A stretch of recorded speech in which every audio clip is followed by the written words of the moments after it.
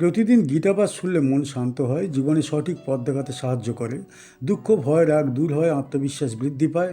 কর্ম ও ভক্তির মাধ্যমে হৃদয়ের শক্তি, ঘরে শান্তি ও জীবনে আলো নিয়ে আসে। তাই প্রতিদিন আমাদের চ্যানেল থেকে 2টি শ্লোক সহ একটি পাঠ শুনুন। কর্মণঃ সুকৃত স্যাহু সাত্ত্বিকম নির্মলম ফলম রজসস্তু ফলম দুঃখম অজ্ঞানম তমসঃ ফলম। শাস্ত্রে বলা হয়েছে যে সৎ ও পবিত্র কর্মের ফল সত্য গুণময় ও নির্মল হয়, ও রজগুণযুক্ত কর্মের ফল হয় দুঃখময়, আর তমগুণের ফল হয় অজ্ঞান। কর্মণঃ মানে কর্মের, সুকৃতস্য মানে সৎ ও পূর্ণ কর্মের, আহুহু মানে বলেন বা বলা হয়েছে, সাত্ত্বিকম মানে সত্য গুণময়, নির্মলম মানে পবিত্র বা কলুষমুক্ত, ফলম মানে ফল, রজসহ মানে রজগুণের, তু মানে কিন্তু, ফলম মানে ফল, দুঃখম মানে অজ্ঞানময় বা দুঃখময়, অজ্ঞানম মানে অজ্ঞান, তমসহ মানে তমগুণের, ফলম মানে ফল। এই শ্লোকে ভগবান শ্রীকৃষ্ণ কর্ম ও গুণের সম্পর্ক অত্যন্ত সুন্দরভাবে ব্যাখ্যা করেছেন। মানুষের প্রত্যেকটি কর্মই কোনো না কোনো গুণের প্রভাবে সম্পন্ন হয়। সেই গুণ অনুযায়ী কর্মের ফল নির্ধারিত হয়। যে কর্ম সত্য গুণের প্রভাবে করা হয় তা হয় শুদ্ধ, নিঃস্বার্থ ও ধর্মসঙ্গত। এই ধরনের কর্মের উদ্দেশ্য হয় পরের কল্যাণ ও আত্মশুদ্ধি। এতে অহংকার ও ফল লোভের স্থান থাকে না। ফলে এই কর্মের ফল হয় নির্মল ও শান্তিময়। মানুষের অন্তরে তৃপ্তি, প্রশান্তি ও আনন্দের জন্ম হয়।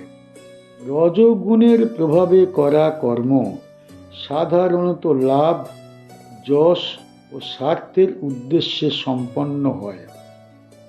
এই ধরনের কর্মে বাহ্যিক সাফল্য এলেও অন্তরের শান্তি নষ্ট হয়। ফল লাভের পরেও মানুষের মনে অস্থিরতা ও অসন্তোষ থেকে যায়। তাই শ্রীকৃষ্ণ বলছেন, রজগুণের ফল দুঃখময়। তমগুণের প্রভাবে করা কর্ম হয় অজ্ঞান, অবিবেচনাপূর্ণ ও অলসতাপূর্ণ। এই কর্মে না থাকে বিবেক, না থাকে নৈতিকতা। এর ফলে মানুষের জ্ঞান ক্রমশ লুপ্ত হয়ে যায় এবং সে ভুল পথে পরিচালিত হয়। তাই তমগুণের ফল হল অজ্ঞান। শ্রীকৃষ্ণ এখানে বোঝাতে চেয়েছেন যে কর্মের বাহ্যিক রূপের চেয়ে তার অন্তর্নিহিত ভাবই বেশি গুরুত্বপূর্ণ। একই কাজ সত্য, রজ ও তম গুণের প্রভাবে ভিন্ন ভিন্ন ফল দিতে পারে। পূর্ববর্তী শ্লোকগুলিতে তিনি মৃত্যুর পর গুণ ভিত্তিক গতি সম্পর্কে বলেছেন। এই শ্লোকে তিনি জীবিত অবস্থায় কর্মফলের প্রকৃতি তুলে ধরেছেন। অর্জুনকে বোঝানো হচ্ছে যে গুণ অনুসারে মানুষের কর্ম ও ফল নির্ধারিত হয়। কি শিখতে পারি এই শ্লোক থেকে? এই শ্লোক আমাদের শেখায় যে কেবল কর্ম করাই যথেষ্ট নয়, কোন মানসিকতায় কর্ম করা হচ্ছে তা অত্যন্ত গুরুত্বপূর্ণ। শুদ্ধ মন ও নিঃস্বার্থ ভাব নিয়ে করা কর্ম প্রকৃত কল্যাণ বয়ে আনে। এই শ্লোক মনে করিয়ে দেয় যে স্বার্থপরতা ও ফললোভ মানুষকে দুঃখের দিকে ঠেলে দেয়। তাই কর্মের সঙ্গে আসক্তি কমানো উচিত। এখান থেকে বোঝা যায় যে অজ্ঞান ও অবিবেচনা মানুষের উন্নতির পথে বড় বাধা। তমগুণ ত্যাগ করে জ্ঞান ও সচেতনতার পথে চলাই শ্রেয়। এই শ্লোক আমাদের অনুপ্রাণিত করে সত্য গুণময় জীবন যাপন করতে এবং সেই অনুযায়ী জীবন গড়ে তুলতে। শ্রীকৃষ্ণের উপদেশ অনুসরণ করলে মানুষ শান্তি, পবিত্রতা ও আত্মিক উন্নতি লাভ করতে সক্ষম হয়। সত্ত্বাৎ সঞ্জায়তে জ্ঞানম রজসো লোভ এব চ প্রমাদমহূতমসো ভবতঃ জ্ঞানমেব চ। সত্যগুণ থেকে জ্ঞানের উৎপত্তি হয়, রজগুণ থেকে লোভ জন্ম নেয়, আর তমগুণ থেকে প্রমাদ, মোহ ও অজ্ঞান সৃষ্টি হয়। সত্ত্বাৎ মানে সত্যগুণ থেকে, সঞ্জায়তে মানে উৎপন্ন হয়, জ্ঞানম মানে জ্ঞান, রজসহ মানে রজগুণ থেকে, লোভঃ মানে লোভ, এব মানে নিশ্চয়ই, চ মানে এবং, প্রমাদ মানে অবহেলা বা অসতর্কতা, মোহৌ মানে মোহ, তমসহ মানে তমগুণ থেকে, ভবতঃ মানে উৎপন্ন হয়, অজ্ঞানম মানে অজ্ঞান, এব মানে নিশ্চয়ই, চ মানে এবং। এই শ্লোকে শ্রীকৃষ্ণ মানুষের অন্তর্জগতের মূল প্রবৃত্তিগুলির উৎস ব্যাখ্যা করেছেন। মানুষের চিন্তা, অনুভূতি ও আচরণ মূলত 3 গুণের প্রভাবে গঠিত হয়। কোন গুণ যত বেশি সক্রিয় হয়, মানুষের চরিত্রে তেমন বৈশিষ্ট্য প্রকাশ পায়।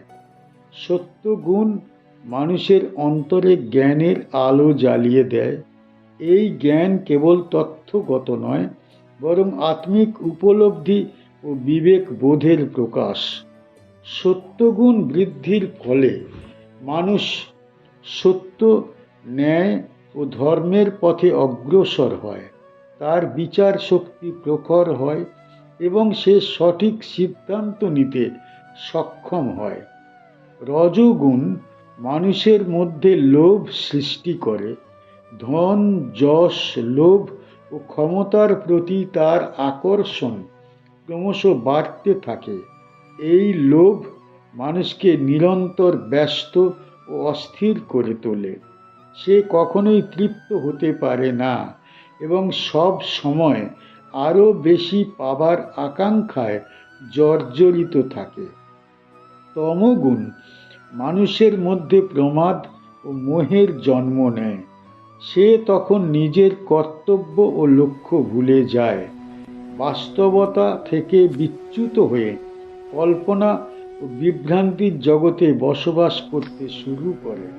তার বিবেক দুর্বল হয়ে পড়ে এবং অজ্ঞানতার অন্ধকার তাকে গ্রাস করে। শ্রীকৃষ্ণ এখানে স্পষ্ট করে বলেছেন যে মানুষের দুর্বলতা বা মহত্ব কোনোটাই হঠাৎ সৃষ্টি হয় না। সব কিছুর পিছনে গুণত্রয়ের কার্যকারিতা কাজ করে। তাই আত্ম উন্নতির জন্যে নিজের মধ্যে কোন গুণ প্রাধান্য পাচ্ছে তা বোঝা অত্যন্ত জরুরি।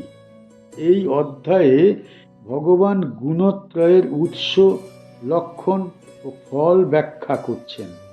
পূর্ববর্তী শ্লোকগুলিতে তিনি কর্মফল ও গুণের সম্পর্ক বলেছেন, আর এই শ্লোকে তিনি দেখিয়েছেন কোন গুণ থেকে কোন মানসিক প্রবৃত্তির জন্ম হয়।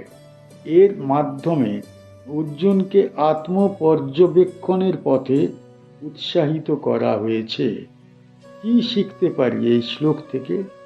এই শ্লোক আমাদের শেখায় যে জ্ঞান ও অজ্ঞান মানুষের ভাগ্য নির্ধারণ করে না, বরং তার অন্তরের গুণ তা নির্ধারণ করে। তাই সত্যগুণ বৃদ্ধি করা মানুষের জীবনের প্রধান লক্ষ্য হওয়া উচিত। এই শ্লোক মনে করিয়ে দেয় যে লোভ মানুষকে কখনো শান্তি দেয় না। রজগুণের প্রভাবে সৃষ্ট লোভ শেষ পর্যন্ত দুঃখের কারণ হয়ে দাঁড়ায়। এখান থেকে বোঝা যায় যে প্রমাদ এবং মোহ মানুষের আত্মিক পতনের মূল কারণ। তমগুণ ত্যাগ না করলে সত্য পথে চলা সম্ভব নয়। এই শ্লোক আমাদের অনুপ্রাণিত করে নিয়মিত সাধনা, ভগবৎ স্মরণ ও সৎসঙ্গের মাধ্যমে মনকে শুদ্ধ করতে। শ্রীকৃষ্ণের উপদেশ অনুসরণ করলে মানুষ জ্ঞানের আলোয় আলোকিত হয়ে শান্তি ও মুক্তির পথে অগ্রসর হতে পারে। আমাদের চ্যানেলের গীতা পাঠ কেমন হয়েছে, ব্যাখ্যা কেমন হয়েছে, আপনার কেমন লেগেছে কমেন্ট বক্সে অবশ্যই জানাবেন এবং প্রতিনিয়ত গীতা পাঠ শোনার জন্য চ্যানেলটা অবশ্যই সাবস্ক্রাইব করে রাখুন। দেখা হচ্ছে পরের ভিডিওতে।